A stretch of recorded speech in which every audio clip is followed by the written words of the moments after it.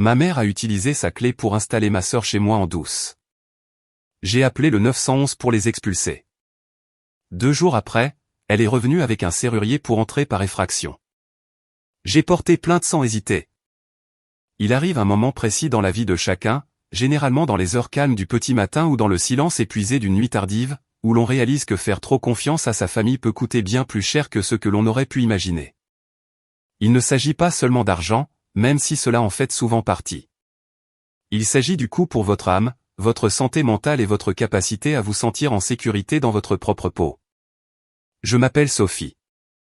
J'ai 34 ans et, pour la grande majorité de ma vie d'adulte, j'ai construit toute mon existence autour du concept d'indépendance. Je n'ai pas fait cela parce que je suis antisocial ou parce que je déteste les gens. Je l'ai fait parce que j'ai appris douloureusement et très tôt que la paix n'existe vraiment que lorsque l'on protège son propre espace avec la férocité d'un chien de garde. Je travaille dans la gestion immobilière, un métier qui exige un œil méticuleux pour les détails et la capacité de repérer une fissure dans les fondations avant que tout le bâtiment ne s'effondre. À bien des égards, c'est exactement ainsi que je vois ma vie. Je cherche les fissures. Je cherche les fuites. Et pendant 34 ans, les plus grandes menaces structurelles pour ma stabilité ont été les 2 femmes qui partagent mon ADN. Il m'a fallu 10 ans pour acheter ma maison. 10 ans à dire non. Non aux vacances à Ibiza avec des amis. Non aux dépenses liées à la location d'une voiture de luxe. Non au dîner dans des restaurants où les prix ne figurent pas sur le menu. J'ai vécu dans un studio qui sentait perpétuellement le plâtre humide et le chou bouilli parce que le loyer était 400 € moins cher que partout ailleurs en ville. Je conduisais une vieille berline qui tremblait dès qu'elle dépassait les 60 km/h. J'ai pris des gardes supplémentaires pendant les jours fériés, manquant les dîners de Noël et les toasts du jour de l'an. Tout cela pour voir les chiffres de mon compte épargne augmenter. Quand j'ai enfin signé l'acte de vente pour le 42 allée des Chênes, je n'ai pas pleuré. Je n'ai pas ouvert de champagne. Je me suis assise dans ma voiture dans l'allée de la maison vide, serrant le volant jusqu'à ce que mes jointures deviennent blanches. Ce n'était pas juste une maison pour moi. C'était une forteresse. C'était une maison traditionnelle de caractère avec 3 chambres, 2 salles de bain, une véranda et une lourde porte d'entrée en chêne massif. Cette porte était ma partie préférée. Elle était solide. Elle était lourde.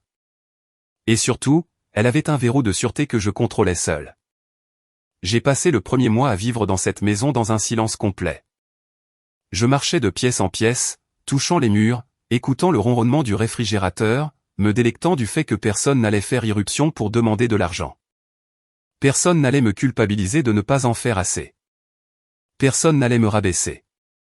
J'avais construit un sanctuaire, mais j'aurais dû savoir qu'une forteresse n'est aussi forte que son gardien, et j'étais sur le point de commettre l'erreur de laisser l'ennemi détenir les clés. Pour comprendre pourquoi cette maison comptait tant pour moi, il faut comprendre les femmes dont je suis issu. Ma mère, Béatrice, est une femme qui manie la culpabilité comme un chirurgien manie le bistouri. Elle vous ouvre avec un sourire, réorganise vos entrailles, puis vous convainc qu'elle l'a fait pour votre bien. Pour le monde extérieur, Béatrice est la mère parfaite. Elle fait du bénévolat à la bibliothèque. Elle prépare des gâteaux pour les collectes de fonds de la paroisse. Elle se souvient de l'anniversaire de tout le monde.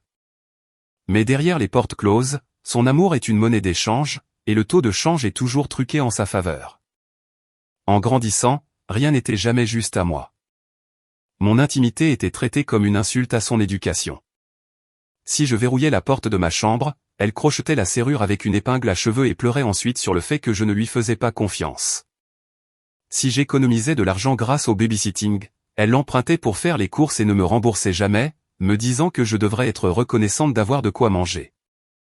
Et puis il y a Chloé, ma sœur cadette. Chloé a 31 ans, mais dans son esprit, elle en a perpétuellement 16. Elle est l'enfant prodige qui n'a jamais vraiment réussi à briller. Chloé traverse la vie avec l'énergie chaotique d'une tornade, détruisant tout sur son passage puis regardant autour d'elle, confuse, se demandant pourquoi tout est cassé. Elle n'a jamais gardé un emploi plus de 6 mois. C'est toujours la faute de quelqu'un d'autre. Le manager était méchant. Les horaires étaient trop matinaux. L'uniforme était moche. L'univers conspirait contre elle. Béatrice a permis cela pendant 3 décennies. Ma mère a amorti chaque chute que Chloé a faite. Quand Chloé ne pouvait pas payer son loyer, maman payait. Quand Chloé a été arrêtée pour conduite en état d'ivresse, maman a payé l'avocat. Quand Chloé a voulu se trouver en voyageant en Europe pendant un été, maman a vidé son fonds de retraite pour que cela se réalise. Et où maman puisait-elle l'énergie émotionnelle pour gérer Chloé? Elle l'a puisée en moi. J'étais la batterie sur laquelle elles se branchaient toutes les deux. J'étais la responsable. La forte. Celle qui n'avait pas besoin d'aide. C'est une étiquette solitaire d'être la forte. Cela signifie que personne ne vous demande jamais si vous allez bien parce qu'il suppose que c'est le cas. Cela signifie qu'on attend de vous que vous portiez le fardeau sans vous plaindre. Quand j'ai acheté la maison, la dynamique a changé. Je l'ai vu dans leurs yeux la première fois qu'elles sont venues dîner. Béatrice n'a pas regardé les moulures ou le parquet avec fierté. Elle les a regardés avec calcul. Elle a traversé le salon, passant sa main sur le dossier de mon nouveau canapé, et a dit « C'est beaucoup d'espace pour une seule personne, n'est-ce pas, Sophie ?» Un peu égoïste, tu ne trouves pas? Chloé était pire. Elle s'est affalée sur mon tapis, faisant défiler son téléphone, et a dit « Ça doit être sympa d'être riche. Je peux à peine me payer des cigarettes. » Je voulais hurler. Je voulais sortir mes relevés bancaires et leur montrer les 10 années d'heures supplémentaires. Je voulais leur montrer les repas sautés, mais je savais que cela n'aurait aucune importance. Dans leur récit, j'étais la chanceuse et elles étaient les victimes. Et dans leur esprit, les victimes ont droit à une compensation. La décision de donner un double des clés à ma mère n'a pas été prise à la légère. En fait, cela m'a empêché de dormir pendant 3 nuits d'affilée. Mais je suis une femme célibataire vivant seule. Je regarde des documentaires sur des crimes réels. Je sais que les accidents arrivent. Je m'inquiétais de glisser sous la douche, de m'étouffer avec un morceau de viande ou d'avoir une fuite de monoxyde de carbone. J'avais besoin d'une sécurité. Je me suis convaincu que si je fixais des limites assez strictes, tout irait bien. Je me suis convaincu que Béatrice respecterait le poids légal et moral de la propriété. J'étais naïve. C'était un mardi soir. J'ai invité Béatrice à prendre un café. Je n'ai pas invité Chloé parce que je voulais que la conversation soit sérieuse et concentrée. Nous étions assises à mon îlot de cuisine, le granit froid sous mes coudes. J'ai sorti la clé en laiton brillant de ma poche et je l'ai posée sur le comptoir. Elle a fait un tintement net qui a semblé résonner dans la cuisine vide. Maman, ai-je dit en la regardant droit dans les yeux. Je veux que tu aies ceci, mais j'ai besoin que tu m'écoutes très attentivement. Elle a tendu la main immédiatement, ses doigts tressaillants, mais j'ai mis ma main dessus. Non, écoute d'abord. C'est pour les urgences. Les vraies urgences. Je parle de feu, d'inondation ou de sang. Si je suis à l'hôpital et que je ne peux pas parler, tu peux utiliser cette clé. Si la police t'appelle et dit « sa maison brûle », tu peux utiliser cette clé. J'ai pris une inspiration et me suis penché plus près. Ce n'est pas pour passer à l'improviste. Ce n'est pas pour arroser mes plantes. Ce n'est pas pour laisser entrer Chloé pour utiliser ma machine à laver parce qu'elle n'a plus de pièces. Tu comprends? Si tu utilises cette clé pour autre chose qu'une urgence vitale, je la reprendrai et je changerai les serrures. Béatrice a retiré sa main et a affiché sa meilleure expression blessée. Sa lèvre inférieure tremblait légèrement, un truc qu'elle avait perfectionné quand j'avais 5 ans. Oh, Sophie. Bien sûr, tu me blesses en pensant que je m'imposerai. Je suis ta mère. Je veux juste que tu sois en sécurité. Je ne rêverai jamais d'entrer sans demander. Elle a pris la clé et l'a glissée dans son sac à main. Elle restera dans ma poche zippée, a-t-elle promis. J'oublierai probablement même que je l'ai. Je voulais la croire. Je voulais désespérément croire qu'elle me voyait comme une adulte égale. Mais alors qu'elle franchissait la porte ce jour-là, j'ai senti un nœud lourd se former dans mon estomac. J'avais l'impression de venir de donner une arme chargée à un enfant en bas âge. Je me disais que j'étais paranoïaque. Je me disais que les limites étaient des choses que les familles normales respectaient. Je n'avais pas réalisé que pour Béatrice, une limite n'était qu'un défi attendant d'être relevé. 2 mois ont passé. Pendant un certain temps, le silence a tenu. Je me suis installé dans ma routine. Je me réveillais à 6 heures, buvais mon café sur la véranda arrière, allais travailler, rentrais à la maison et profitais du silence. C'était le bonheur. Mais avec le recul, je peux voir les petites fissures se former avant que le barrage ne cède. Cela a commencé par des appels téléphoniques. Béatrice a commencé à m'appeler plus fréquemment, posant des questions étranges et spécifiques sur la maison. Comment fonctionne le chauffage dans la chambre d'amis, Sophie? Est-ce que tu utilises souvent la salle de bain du bas, ou est-ce qu'elle reste vide? J'ai vu une promotion sur des matelas une place. J'ai failli en acheter un pour ta chambre d'amis, juste au cas où. Je l'ai balayé d'un revers de main. La maison va bien, maman. Je n'ai pas besoin de matelas. Puis vint le silence de Chloé. D'habitude, Chloé m'envoyait un SMS une fois par semaine pour me demander 20 € pour de l'essence ou se plaindre de son dernier propriétaire, mais pendant 3 semaines, silence radio. Je n'y ai pas prêté beaucoup d'attention. J'ai supposé qu'elle avait trouvé un nouveau petit ami au crochet duquel vivre. La vérité n'est pas venue de ma famille immédiate. Elle est venue de mon cousin, Marc. Marc est la seule autre personne normale de notre lignée. Il travaille dans la climatisation et s'occupe de ses affaires. Je l'ai croisé à l'épicerie, au rayon céréales. « Salut Sophie » dit-il en s'appuyant sur son caddie. « Content de te voir. »« Salut, c'est moche pour Chloé, hein ?» Ma main s'est figée à mi-chemin vers une boîte de granola. « Quoi pour Chloé ?» Le visage de Marc s'est décomposé. « Oh, tu ne sais pas ? Elle s'est fait expulser il y a environ 3 semaines. Son propriétaire en a finalement eu assez des retards de paiement et des plaintes pour bruit. L'huissier est venu et tout. Ils ont mis ses affaires sur le trottoir. Mon sang s'est glacé. Où vit-elle ? Marc s'est gratté la nuque, mal à l'aise. Je pensais qu'elle restait chez ta mère ou je ne sais pas, maman a dit qu'elle s'arrangeait. J'ai supposé que ça voulait dire qu'elle squattait chez toi puisque tu as la grande maison maintenant. Elle n'est certainement pas chez moi, dis-je, la voix tranchante. J'ai quitté le magasin sans rien acheter. Je me suis assise dans ma voiture et j'ai appelé Béatrice. Elle n'a pas répondu. J'ai appelé Chloé, direct sur messagerie. Je suis rentré chez moi avec une boule au ventre. Leur silence n'était pas la paix. C'était une stratégie.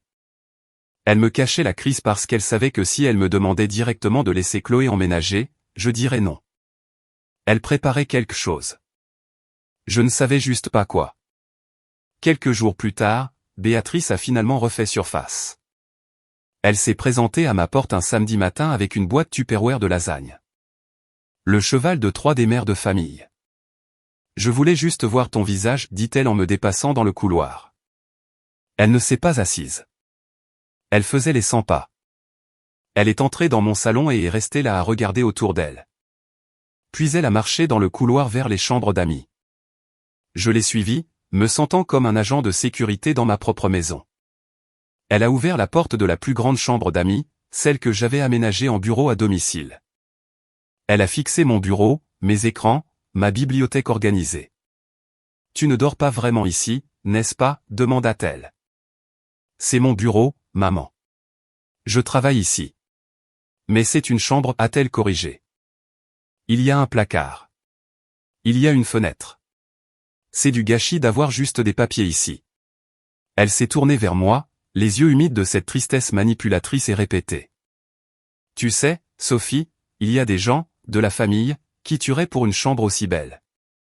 C'est dur de te voir vivre comme une reine alors que d'autres souffrent. » Si tu parles de Chloé, dis-je en allant droit au but, Marc m'a dit qu'elle s'était fait expulser.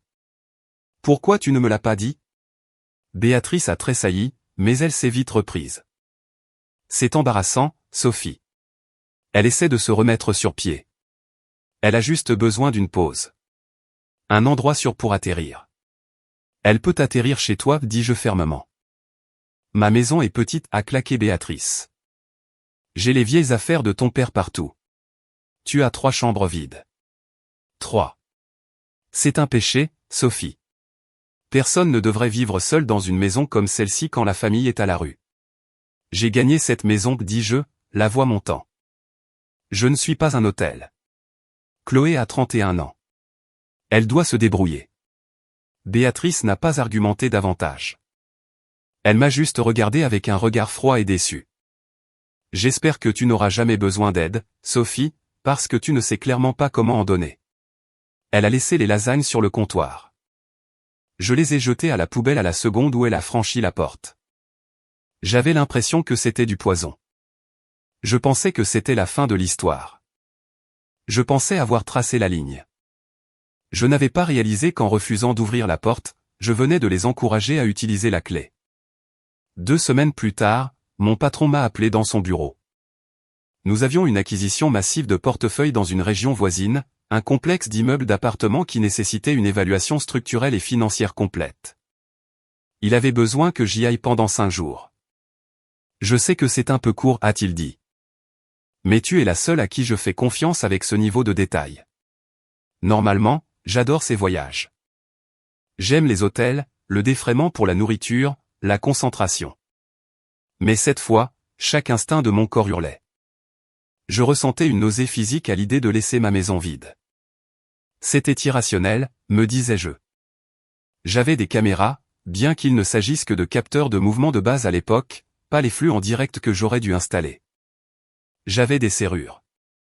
J'avais la police en numérotation rapide.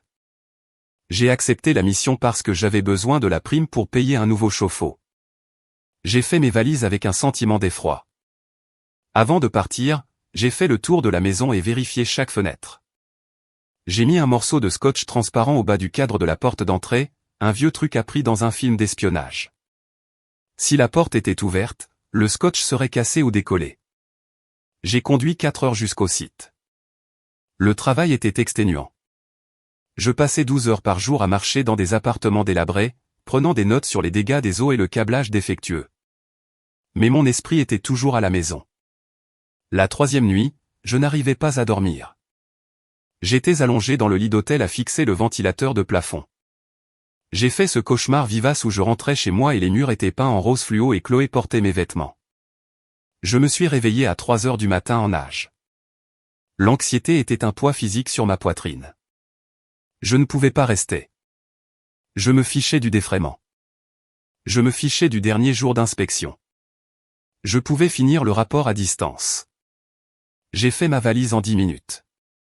J'ai quitté l'hôtel à 3h30 du matin.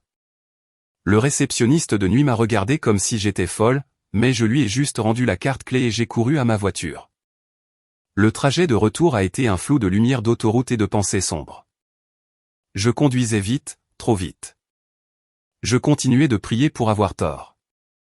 Je continuais de prier pour arriver chez moi, voir le scotch intact, et rire de moi-même pour être une femme paranoïaque et solitaire. Je suis entré dans mon allée à 7h45. Le soleil se levait à peine. Le quartier était calme. Ma maison avait l'air normal de l'extérieur. Les rideaux étaient tirés. Le jardin était vide. J'ai monté les marches, mes clés à la main. J'ai regardé le bas du cadre de la porte. Le scotch avait disparu. Pas cassé. Disparu. Quelqu'un l'avait décollé. Mon cœur martelait mes côtes comme un oiseau piégé. Je n'ai pas juste déverrouillé la porte. Je l'ai poussée violemment. L'odeur m'a frappé en premier.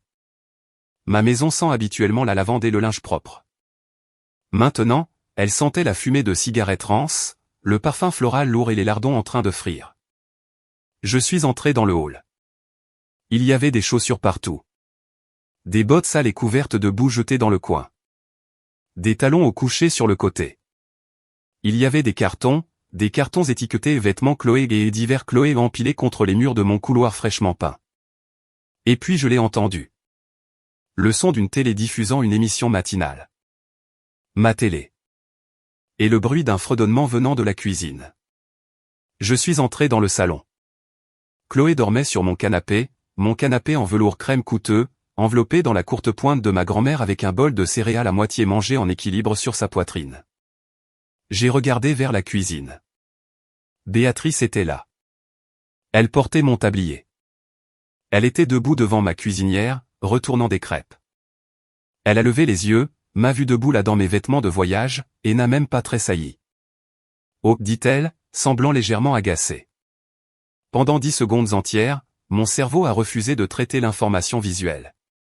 C'était comme regarder un bug dans la matrice, ma mère cuisinant dans ma cuisine, ma sœur bavant sur mon canapé, ma maison remplie de leur bazar. La rage qui m'a frappé n'était pas chaude et ardente. Elle était froide. C'était le zéro absolu. Elle a commencé dans mes orteils et a gelé tout mon corps en une statue rigide d'incrédulité. Qu'est-ce que vous faites, ai-je chuchoté. Ma voix s'est brisée. Chloé a remué sur le canapé. Elle a gémi, s'est étirée et a renversé le bol de céréales sur le sol. Le lait a éclaboussé mon tapis. Le tapis pour lequel j'avais économisé pendant 3 mois. Arg, marmonna Chloé en s'essuyant la bouche. Maman, le petit-déj est prêt? Oh, salut Sophie. Salut, Sophie, ai-je répété. C'est tout ce que tu as à dire. Tu es dans ma maison.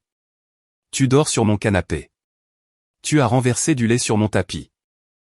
Béatrice s'est essuyé les mains sur le tablier. Mon tablier. Et a contourné l'îlot. Sophie, calme-toi. C'est juste un peu de lait. On va nettoyer. Pourquoi es-tu rentrée si tôt? Tu as gâché la surprise. La surprise. J'ai ri, un son dur et saccadé. La surprise, c'est que je me fais cambrioler par ma propre famille. Nous ne sommes pas des cambrioleurs, a dit Béatrice, sa voix tombant dans ce ton professoral dangereux. Je t'ai dit, ai-je dit, ma voix tremblant maintenant. Je t'ai dit que la clé était pour des urgences de vie ou de mort. Ce n'est pas une urgence. C'est un emménagement. Regarde ces cartons. Tu ne l'as pas juste amené ici pour la nuit. Tu l'as fait emménager. Chloé s'est assise, tirant la courte pointe plus serrée autour d'elle. Mon Dieu, tu es tellement dramatique. C'est juste pour quelques semaines jusqu'à ce que je me remette sur pied. Pourquoi tu dois être une telle connasse pour tout? Quelques semaines? J'ai marché vers la pile de cartons dans le couloir. Manteau d'hiver Chloé. Album de lycée Chloé. Ustensiles de cuisine Chloé. Tu as apporté tes albums de lycée, dis-je en me retournant vers elle. On n'apporte pas ces albums de lycée pour un séjour temporaire. Tu plantes tes racines. Maman a dit que c'était réglé. A crié Chloé en pointant Béatrice du doigt. Elle a dit que ça ne te dérangerait pas. Elle a dit que tu étais seule et que tu voulais de la compagnie. Et regardez Béatrice. Elle se tenait droite, menton levé, non repentante. J'ai fait ce qu'une mère doit faire. J'ai réglé le problème. Tu as l'espace. Elle a le besoin. C'est la chose chrétienne à faire. Maintenant assieds-toi et prends des crêpes. Nous pourrons discuter du loyer, ou de son absence, plus tard. L'audace était époustouflante. Elle ne demandait pas. Elle ordonnait. Elle avait pris une décision concernant ma propriété, ma vie et mon sanctuaire. Et elle s'attendait à ce que je m'écrase et accepte simplement parce que nous partagions le même sang. J'ai regardé le lait s'imprégner dans le tapis. J'ai regardé la boue sur le sol. J'ai regardé l'air suffisant sur le visage de Chloé. Sortez, ai-je dit. Béatrice a ri. Un petit rire méprisant. Ne sois pas ridicule. Nous venons juste de déballer. J'ai dit, sortez, ai-je répété plus fort cette fois. Emballez vos cartons, prenez votre lait, et sortez de ma maison tout de suite. Non, a dit Chloé en croisant les bras. J'ai des droits. Je suis locataire maintenant. Mes affaires sont ici. Tu n'es pas locataire, ai-je claqué. Tu es une intruse. J'ai une clé. Chloé a fait teinter la clé en laiton brillant, la clé d'urgence, à son doigt. Béatrice avait dû la lui donner. La trahison s'est tordue comme un couteau dans mes entrailles. Cette clé a été volée, ai-je dit. J'ai sorti mon téléphone de ma poche, mes mains étaient stables maintenant. La rage froide avait pris le dessus complètement. Qui appelles-tu? Demanda Béatrice, ses yeux se plissant. N'ose pas appeler ton père. Il ne prendra pas ton parti. Je n'appelle pas papa, dis-je en tapant les 2 chiffres qui changeraient notre relation pour toujours. J'appelle la police. La voix de l'opérateur était calme dans mon oreille, un contraste frappant avec le martèlement chaotique de mon cœur. Police secours, quelle est votre urgence? J'ai des intrus chez moi, dis-je, les yeux rivés sur Béatrice. Je suis la propriétaire. J'étais en voyage d'affaires et je suis revenu pour trouver 2 personnes à l'intérieur de ma maison qui refusent de partir. Béatrice s'est jetée en avant, sa main cherchant le téléphone. Sophie, arrête ça. Raccroche. Tu nous fais honte. J'ai fait un pas en arrière, esquivant sa main. L'adresse est 42 allée des Chênes. Je m'appelle Sophie, nom de famille. Les intrus sont ma mère et ma sœur. Elles ne vivent pas ici. Elles n'ont pas de bail. Je veux qu'elles soient expulsées. Des agents sont en route, madame, a dit l'opérateur. Êtes-vous en danger immédiat? Y a-t-il des armes? Pas d'armes, dis-je en regardant Chloé ramasser un vase en céramique sur ma table d'appoint, un vase que j'avais acheté au Portugal, et le soupeser dans sa main comme une grenade. Mais la situation est volatile. J'ai raccroché le téléphone et je suis resté sur mes positions. Le silence qui a suivi était lourd et étouffant. Béatrice me fixait, la poitrine haletante. Le masque de la mère sainte avait glissé, révélant la femme terrifiée et dominatrice en dessous. Tu vas regretter ça, siffla-t-elle. Appeler la police sur ton propre sang pour une maison. Tu es une fille froide et sans cœur. J'ai échoué à t'élever. Tu ne m'as pas élevé, dis-je, la voix étonnamment stable. Tu m'as géré. Et maintenant tu essaies de me voler. On ne te vole pas, a crié Chloé, reposant le vase sur la table. Il a vacillé mais ne s'est pas cassé. On avait juste besoin d'un endroit où crécher. Pourquoi tu dois être une telle psychopathe? Parce que vous n'avez pas demandé, dis-je. Parce que vous avez attendu que je sois parti. Parce que vous avez décollé le scotch de ma porte et déballé votre vie dans mon couloir. Ce n'est pas crécher, Chloé. C'est une invasion. Nous sommes restés là pendant 12 minutes. 12 minutes de Béatrice faisant les 100 pas, marmonnant à quel point j'étais ingrate, énumérant chaque sacrifice qu'elle avait jamais fait, chaque couche qu'elle avait changée. 12 minutes de Chloé mangeant les céréales sèches directement dans la boîte avec ses doigts, me fusillant du regard avec une haine pure. Je n'ai pas parlé. Je n'ai pas réagi.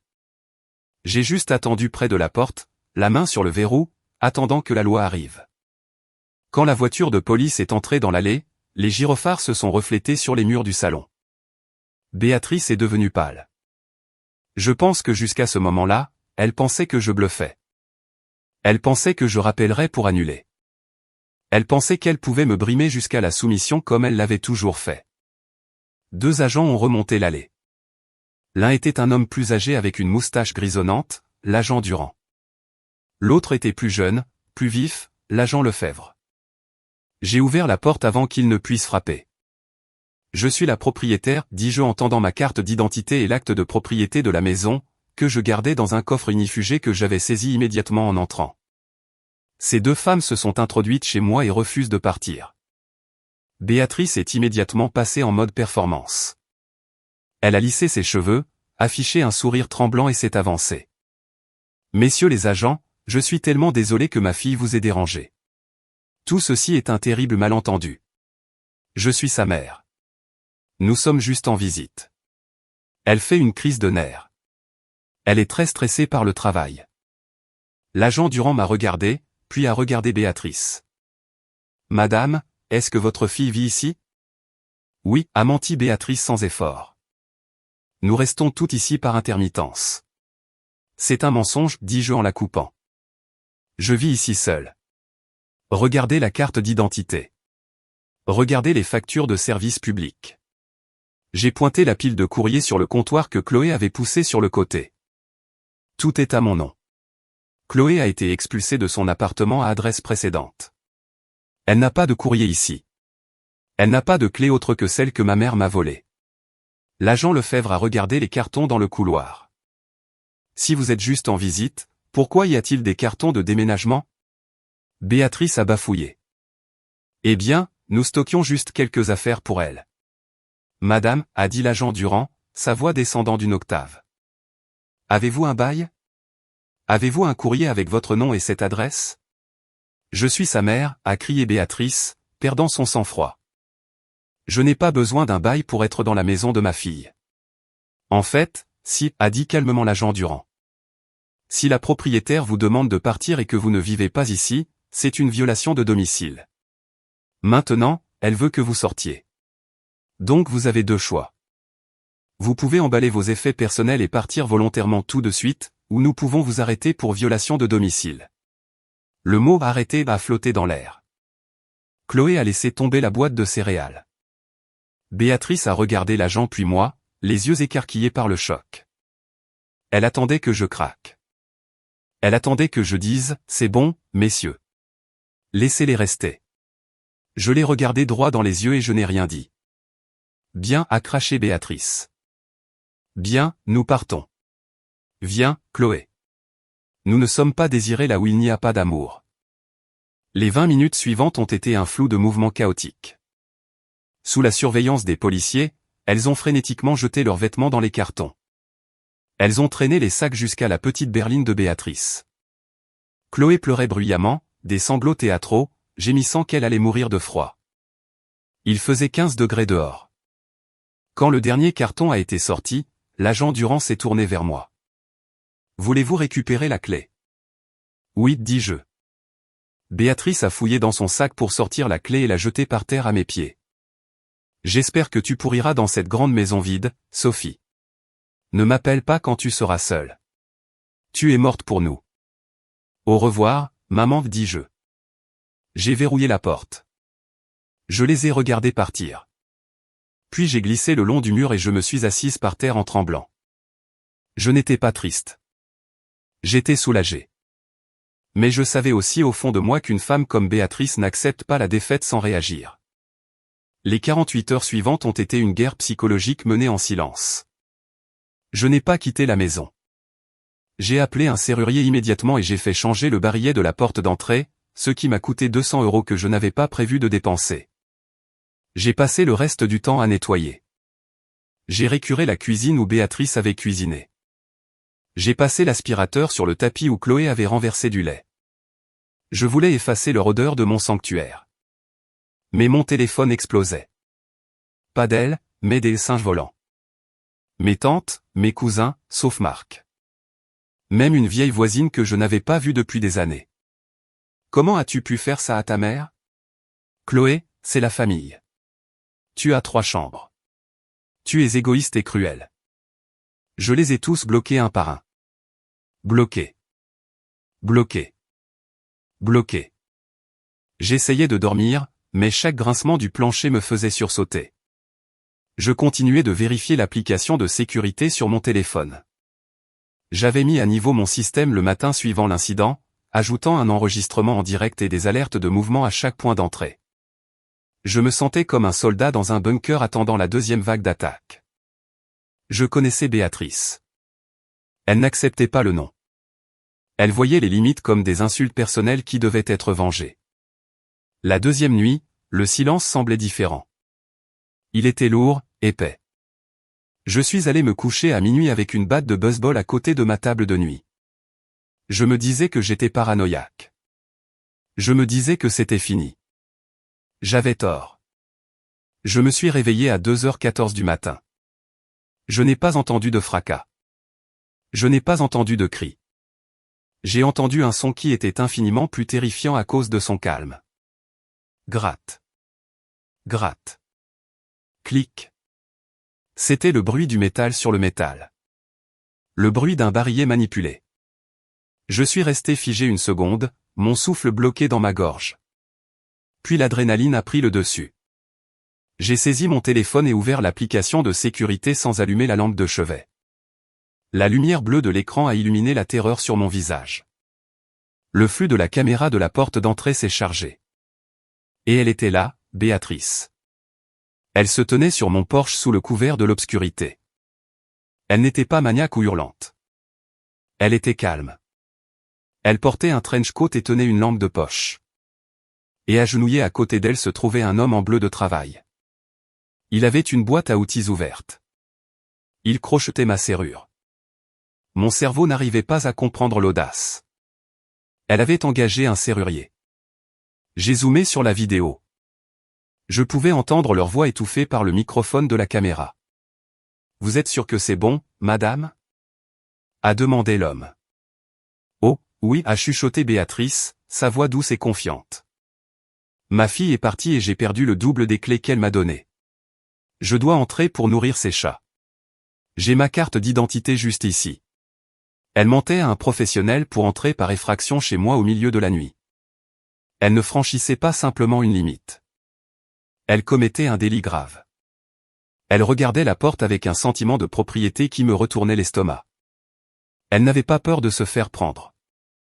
Elle croyait qu'elle était au-dessus des lois parce qu'elle était une maman. Je regardais l'homme travailler. Il était doué. La serrure, la nouvelle serrure que je venais de payer, cédait. Presque bon, chuchota-t-il. Je n'ai pas crié. Je n'ai pas couru en bas pour frapper à la porte. Je savais que si j'ouvrais cette porte, elle me bousculerait. Elle me ferait douter de ma santé mentale. Elle dirait au serrurier que j'étais folle. Non, je devais la prendre sur le fait. J'avais besoin d'une preuve indéniable. J'ai composé le 17 à nouveau. Mes doigts connaissaient le chemin maintenant. C'est Sophie nom de famille, au 42 allée des Chênes, elle chuchotait, glissant hors du lit et m'accroupissant sur le sol. J'ai une intrusion en cours. Il y a 2 personnes à ma porte d'entrée en train de crocheter la serrure. Sont-elles connues de vous, a demandé l'opérateur. Oui, dis-je, ma voix tremblant d'un mélange de peur et de rage. C'est ma mère et un serrurier qu'elle a engagé sous de faux prétextes. Elle a été expulsée de cette propriété par la police il y a 2 jours. Des agents sont dépêchés. Restez dans une pièce sûre. Je suis resté sur le sol à regarder le flux de la caméra. Clic. C'est bon. Le serrurier a dit. Il s'est levé et a tourné la poignée. La porte s'est ouverte. Mon cœur s'est arrêté. Béatrice est entrée dans mon hall. Elle n'a pas appelé mon nom. Elle n'a pas allumé les lumières. Elle s'est déplacée furtivement comme un voleur. Mais avant qu'elle ne puisse faire 3 pas, la rue dehors a explosé de lumière. Cette fois, ils ont envoyé 3 voitures. Les sirènes ont déchiré le silence du quartier. J'ai vu sur l'écran le serrurier se figer, ses yeux s'écarquillant. Béatrice s'est retournée, levant les mains pour protéger ses yeux du projecteur. Police, main en l'air. À terre. Le cri a été amplifié par un mégaphone. Le serrurier s'est mis à genoux immédiatement, les mains derrière la tête. Il connaissait la procédure. Il a réalisé qu'il avait été dupé. Béatrice a hésité. Elle se tenait dans mon embrasure de porte, indignée. Je suis sa mère. A-t-elle crié aux lumières aveuglantes. J'ai le droit. À terre maintenant. 2 agents se sont précipités sur le porche. Ils ne l'ont pas traitée comme une gentille vieille dame cette fois. Ils l'ont traitée comme une suspecte de cambriolage. Ils lui ont saisi les bras, l'ont fait pivoter et l'ont forcé à se mettre à genoux. J'ai entendu le cliquetis métallique distinct des menottes. Je suis descendu. Puis j'ai allumé la lumière du couloir. Je me tenais en haut des escaliers de l'entrée, les regardant en bas. Le serrurier avait l'air terrifié. Elle m'a dit qu'elle avait la permission. Elle m'a montré une carte d'identité avec le même nom de famille. Béatrice a levé les yeux vers moi depuis le sol, son visage pressé contre mon paillasson. Ses cheveux étaient en désordre. Son manteau était tordu. Mais ses yeux. Ses yeux brûlaient encore de défi. Espèce de sale ingrate, cracha-t-elle. Tu les laisses me faire ça? Tu es entrée par effraction chez moi, maman, dis-je froidement. À 2 heures du matin. Ce n'est pas de l'éducation. C'est un crime. L'agent Durand était là encore. Il avait l'air furieux. Je vous l'avais dit, madame. Je vous avais dit que si vous reveniez, vous seriez arrêtée. C'est ma fille, a hurlé Béatrice alors qu'il la relevait. Et c'est sa maison, a dit Durand. Vous êtes en état d'arrestation pour cambriolage et violation de domicile. Je les ai regardés la mettre à l'arrière de la voiture. Je les ai regardés interroger le serrurier qui tremblait et leur montrait son ordre de travail où Béatrice avait signé une décharge prétendant qu'elle avait l'autorité. Il n'a pas été arrêté, mais il a été cité à comparaître. Quand les voitures sont parties cette fois, le silence n'était pas du soulagement. C'était un choc. Je venais de mettre ma mère en prison. Et le pire, c'est que je savais que je devais le faire. Dormir était impossible. Je suis resté assise dans le salon avec toutes les lumières allumées jusqu'au lever du soleil. Le lendemain matin, j'avais besoin de faire quelque chose de mes mains. J'avais besoin de purger la maison. J'ai réalisé que Chloé avait laissé un carton derrière elle dans le chaos de la première expulsion. Il était poussé au fond du placard à manteau, une petite boîte à dossier. Je l'ai sorti, avec l'intention de la jeter directement à la benne. Mais la curiosité l'a emporté. Je l'ai ouverte. C'était surtout des ordures. De vieux magazines de maquillage, mais au fond, il y avait une enveloppe Kraft. Elle avait l'air officielle. Je l'ai ouverte. À l'intérieur se trouvaient 3 documents, un formulaire de changement d'adresse pour la poste, indiquant mon adresse comme sa résidence permanente, une demande remplie pour des aides sociales, listant mon adresse et prétendant qu'elle me payait 500 € par mois de loyer. Ce qui n'était pas le cas, et un document intitulé « Attestation d'hébergement ». J'ai lu l'attestation. C'était un document légal déclarant que Chloé vivait au 42 allée des Chênes depuis 6 mois et était un membre contributif du foyer. En bas, il y avait une signature. Sophie nom de famille. C'était mon nom, mais ce n'était pas ma signature. Le S était trop bouclé. Le P trop pointu. C'était une contrefaçon. Une mauvaise, mais une contrefaçon quand même. Mes mains ont commencé à trembler de manière incontrôlable. Elle n'essayait pas juste de crécher pour quelques semaines. Elle créait des traces administratives. Béatrice et Chloé avaient planifié cela. Elle créait une fausse trace papier pour établir une résidence légale afin que je ne puisse pas les expulser. Si elles avaient envoyé ces formulaires, ou si cette attestation avait été validée, ce qu'elles semblaient prévoir de faire, j'aurais été dans un scénario cauchemardesque. Si j'avais essayé de les mettre dehors, elles auraient pu montrer cela à la police et dire « Regardez, nous avons un bail. Nous payons un loyer. » La police aurait dit « Désolé, c'est une affaire civile. » Et les aurait laissés dans ma maison. J'aurais dû passer 6 mois à me battre au tribunal pour les sortir de ma propre chambre d'amis. Ce n'était pas juste une violation de limite. C'était de la fraude. C'était une tentative calculée de voler mes droits de propriété. J'ai fixé la fausse signature. Toute culpabilité persistante que j'avais au sujet de l'arrestation s'est évaporée instantanément. Elles ne m'aimaient pas. Elles me voyaient comme un organisme hôte. Et elles étaient les parasites. Je n'ai pas appelé la famille. J'ai appelé un requin. Son nom était Maître Renard. C'était un avocat spécialisé en immobilier qui facturait 400 € de l'heure, et il valait chaque centime.